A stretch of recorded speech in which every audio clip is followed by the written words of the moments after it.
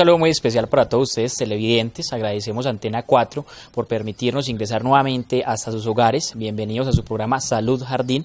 El día de hoy desde un lugar también muy especial, pero que sea el doctor Mario Gaviria quien nos cuente dónde estamos, quién es el anfitrión de este bello escenario que tenemos el día de hoy y también que nos cuente cuál es el tema del día de hoy.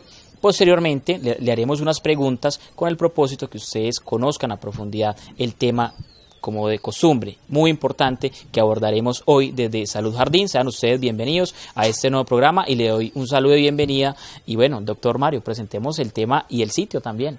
Bueno, un saludo para todos los televidentes del programa Salud Jardín, Antena 4. De nuevo un agradecimiento por el espacio que nos brindan para poder llevar a sus hogares, a la comunidad jardineña, algo de conocimiento médico que puede ser útil en los momentos de enfermedad y de dificultades. Alexander, ¿cómo estás? Muy bien. Hoy, pues, siguiendo con nuestra iniciativa de ir recorriendo diferentes lugares de jardín, pues le pedí a un gran amigo que me abriera su espacio porque sé la belleza de hogar que tiene. Estamos en la casa de nuestro amigo Oscar Montoya. Un agradecimiento para Oscar por permitirnos estar hoy acá. Y hoy vamos a tratar sobre enfermedad diarreica aguda, Alexander. Claro ¿Qué que tema sí. para hoy?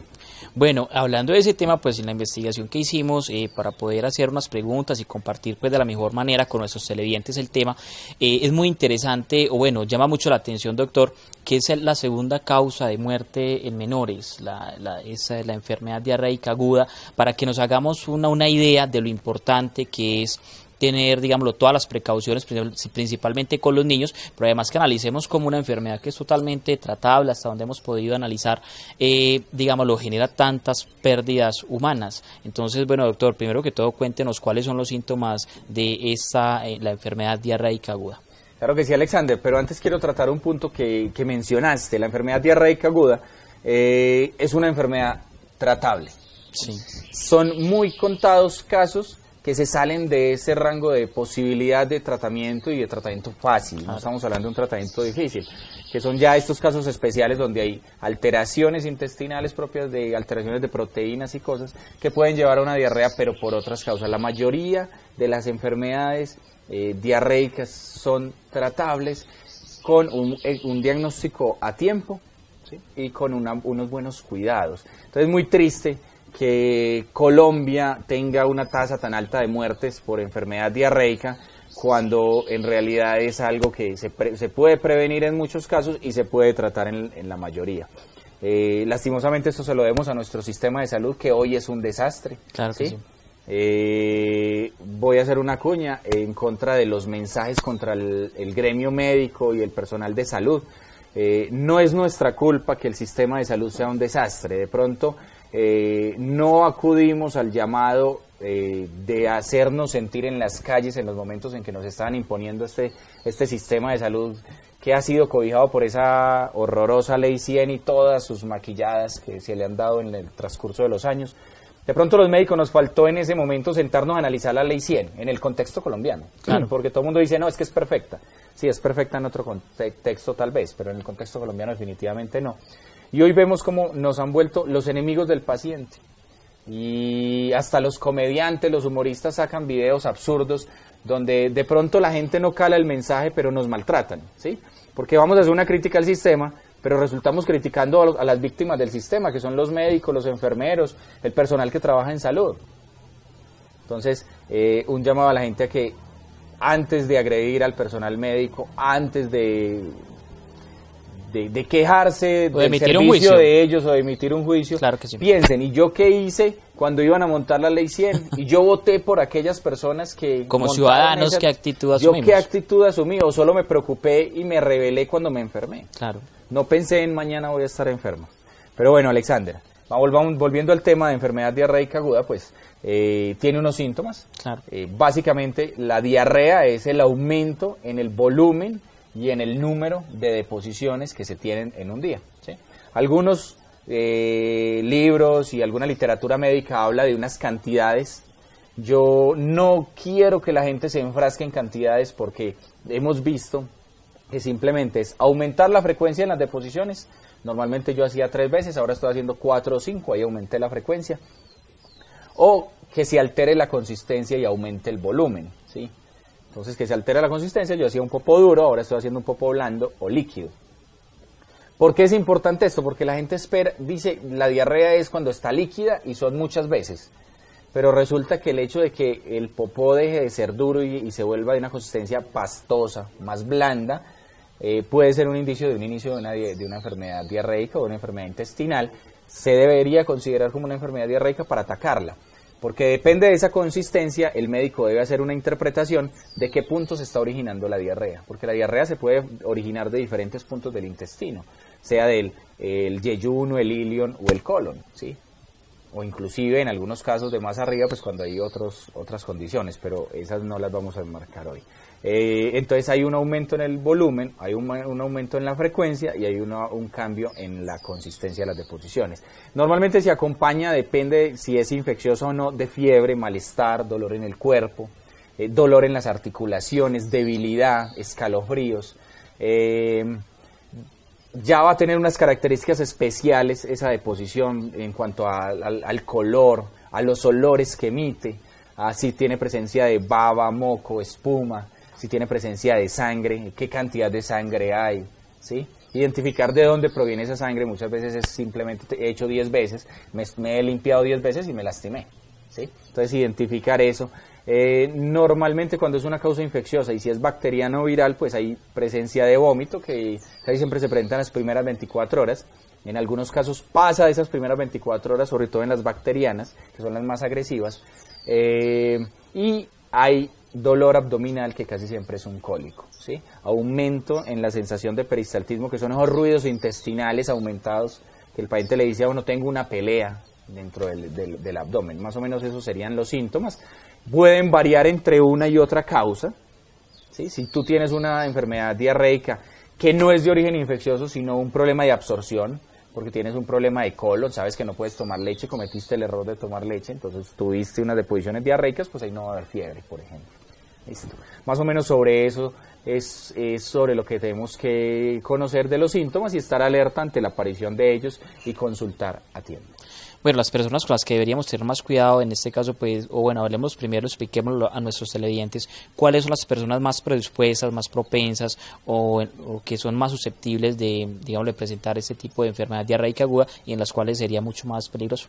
Básicamente, tú me lo dijiste, en los niños menores de 5 años. Por eso hay unos programas especiales para esta primera infancia que se enmarcan en las políticas de la IEPI, que es un programa médico muy básico, pero que nos sirve como una regla general, que a partir de él podríamos educar a agentes prestadores de salud, sobre todo en nuestros municipios que tenemos zonas veredales y zonas alejadas con difícil acceso a los centros de salud.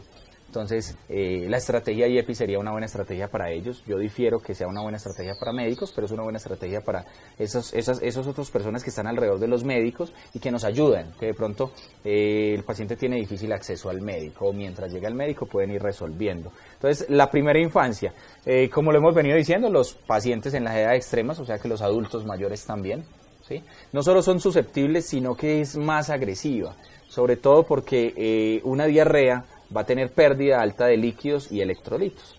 ¿Sí? Los electrolitos son sustancias que tenemos en nuestro organismo y que se pierden cuando vomitamos o hacemos deposiciones abundantes.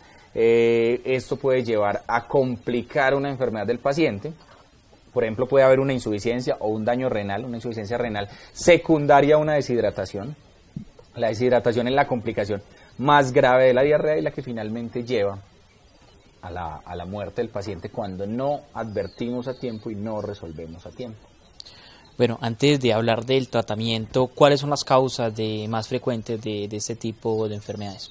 Bueno, tenemos muchas causas, pero vamos a hablar de las principales, que son los problemas de mala absorción. En nuestro municipio vemos mucho problema de colon irritable, por ejemplo. Entonces, estos pacientes que no toleran algún tipo de alimento van a tener mayor predisposición a que al consumirlo desarrollen la diarrea, pero la causa más común es la causa infecciosa, y en la infección vamos a tener varios causales o 3 causales principales, que son virus, bacterias y parásitos.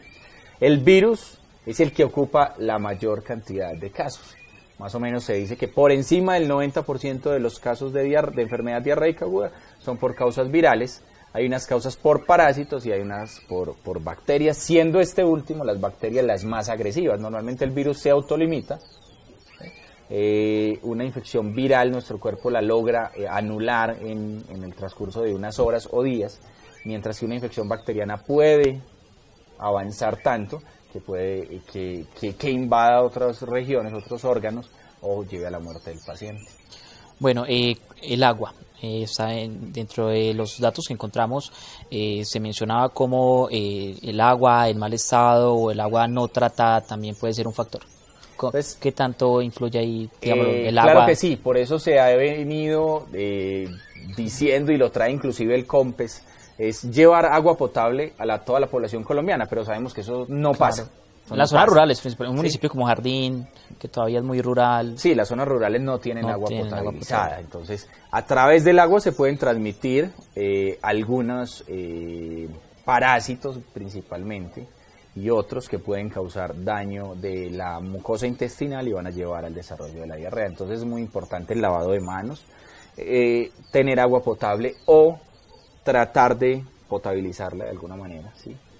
Con los diferentes métodos que conocemos, hervir, ¿sí? Agregar el cloruro, el hipoclorito, ¿sí? Buscar con algunas otras medidas que ese agua mejore su calidad. Pero ahí hay unas recomendaciones ya desde la prevención. Ahora nos hacemos la pregunta, y para compartir con los televidentes, ¿cuál sería el tratamiento entonces cuando ya se da el episodio, cuando ya el paciente llega pues como con un cuadro grave, ¿cierto? Un niño. ¿Cuál es el tratamiento, doctor? Bueno, Alexander, lo primero es, hay que acudir a un médico. Sí. Independiente de que todos los pacientes sepamos que hay que hidratarnos. Sí. Bueno, ¿qué tanto me debo hidratar? Porque la sobrehidratación también lleva a un deterioro del estado de salud del paciente. Entonces, no nos podemos sobrehidratar y los médicos sabemos eso. ¿Sí? Entonces hay que determinar qué grado de deshidratación hay para saber qué grado de hidratación voy a dar. ¿Sí?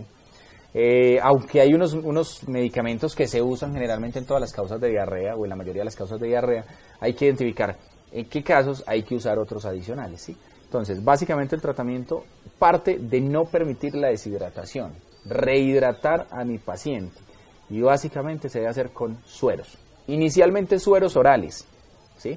El suero que compramos en la farmacia de sobre o de tarro que ya viene preparado o que es para preparar siguiendo bien las indicaciones, esa es la primera medida. Casi que un paciente por cada deposición debe tomar una porción de suero. Si vomita, debe tomar otra porción de suero. En el caso del vómito, yo siempre le digo a mis pacientes que esperen 5 a 10 minutos, que pase esa sensación molesta del vómito y lo tomen. Y recordar que el suero no se toma a vasados, se toma a sorbos. Porque cuando tomo una gran cantidad de suero, rápidamente voy a hacer una distensión gástrica, un estómago que viene lastimado, va a cerrarse y voy a terminar vomitando todo el suero. Y le doy el suero y lo vomito. Entonces, le voy a dar el vaso, pero se lo doy a sorbos con lentitud. Y voy a determinar la cantidad según la edad del paciente, según el peso del paciente y según el estado de deshidratación. Primero, hidratación con sueros. Se puede ayudar de otros líquidos, inclusive bebidas. En el campo tenemos muchas bebidas. Jardín es un pueblo campesino que sabe mucho de ramas, pero no me reemplazan al suero.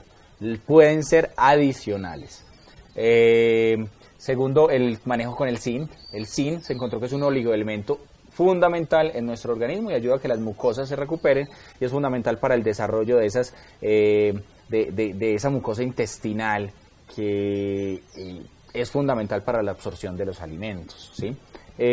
Ahora se ha hablado mucho de la diosmectita, que es otro componente que va a ayudar a que se recupere rápidamente esa mucosa. Entonces esos serían los 3 que vamos a usar en todos los casos. Se usa el analgésico o antipirético, entonces en caso de fiebre, medicamento para la fiebre; en caso del dolor abdominal, otro dolor, medicamento para el dolor, para así tener un paciente más tranquilo, pero el tratamiento básico es este. Y ya se enfoca el paciente según si es una causa parasitaria, si es una causa bacteriana o si es otra causa. Ahí se adicionaría el último medicamento. Si el vómito está muy intenso, hay que frenar un poco el vómito. Normalmente no debemos usar medicamentos para el vómito, sobre todo en niños. Tener en cuenta que la metoclopramida es un medicamento que los médicos ya no gustamos de él, que hemos debatido mucho sobre el tema, que se ha encontrado que tiene efectos negativos muy intensos, entonces es mejor evitar el uso de la metoclopramida o Placil en niños, sobre todo en menores de 1 año, prohibido, entre el año y los 12 años prácticamente prohibido. Yo prefiero que menores de 18 no lo utilicen, y en adultos lo uso con bastante precaución. Bueno, doctor, ahí usted mencionó algo muy importante y vale la pena pues como reiterar un mensaje. Hicimos un programa para hablar de la inconveniencia, lo contraproducente que resulta la automedicación, pues vale la pena entonces recordarlo, ya que estamos tratando pues digámoslo, de este tipo de enfermedades, y pues que es mejor poner un caso de una diarrea, ¿cierto?, de una enfermedad diarreica aguda en manos del doctor, del médico, que después de hacer el diagnóstico será quien con todo el criterio científico pueda recomendar un fármaco. Bueno, muy importante, doctor, y yo pienso que este dato será muy valioso para las personas que nos ven en sus hogares: la alimentación.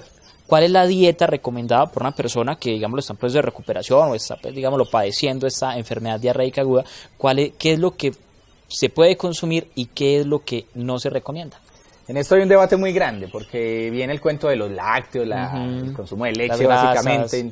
Entonces, ¿qué se le dice al paciente? Que debe tener una alimentación sana, que no se componga de químicos, sobre todo conservantes y eso que trae la comida industrial o la comida empacada, que sea la comida de la casa con pocos aliños, con poca grasa.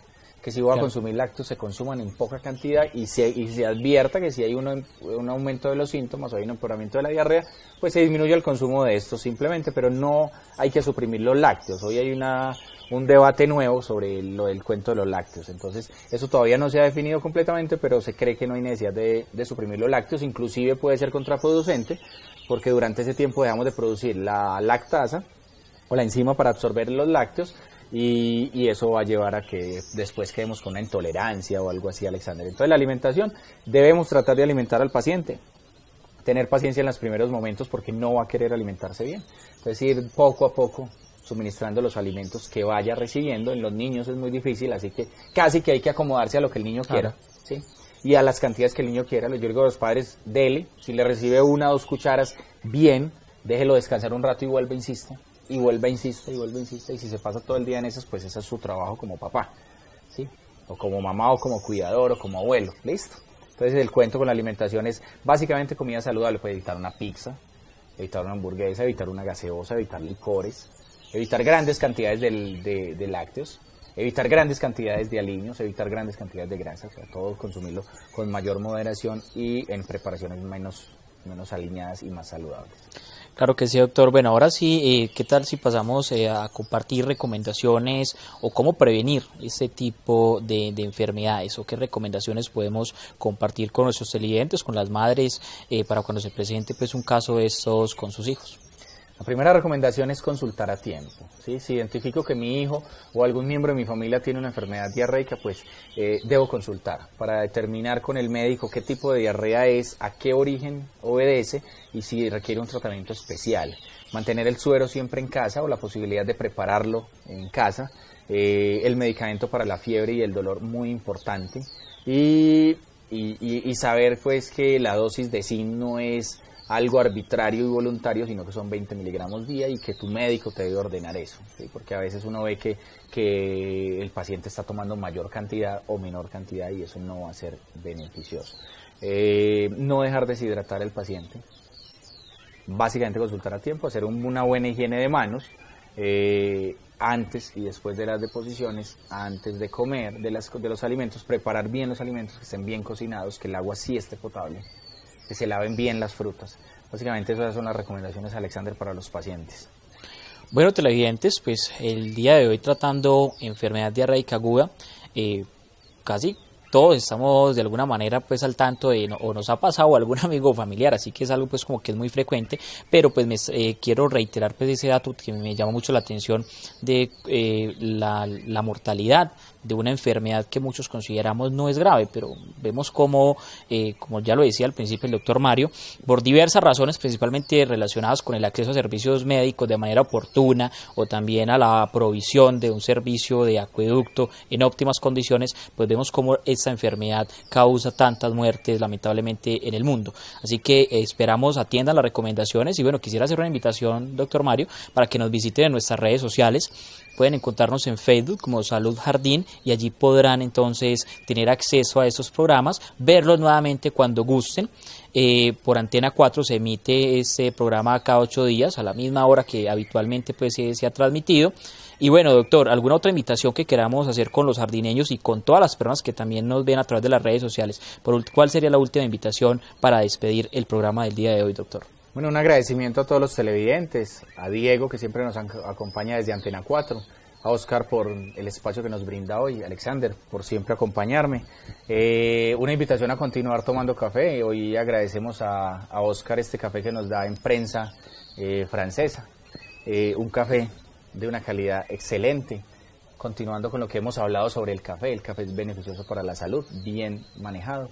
Y los invitamos a que nos sigan desde Salud Jardín, desde nuestro consultorio médico y laboratorio, a través de nuestras redes, y nos inviten a hacer programas sobre temas que sean de interés de la comunidad y nos acompañen en nuestro próximo programa. Bueno, finalmente también los invitamos para que dejen sus comentarios en Facebook, pueden escribir al doctor Mario y pueden hacer cualquier pregunta, pueden sugerir un programa, que bueno que el público sugiera un programa que sea del interés de ellos. Y bueno, ahora sí finalmente les agradecemos a ustedes, Antena 4, por permitirnos de entrar hasta sus hogares, y los invitamos para que sigan acompañándonos en Salud Jardín. Muchas gracias.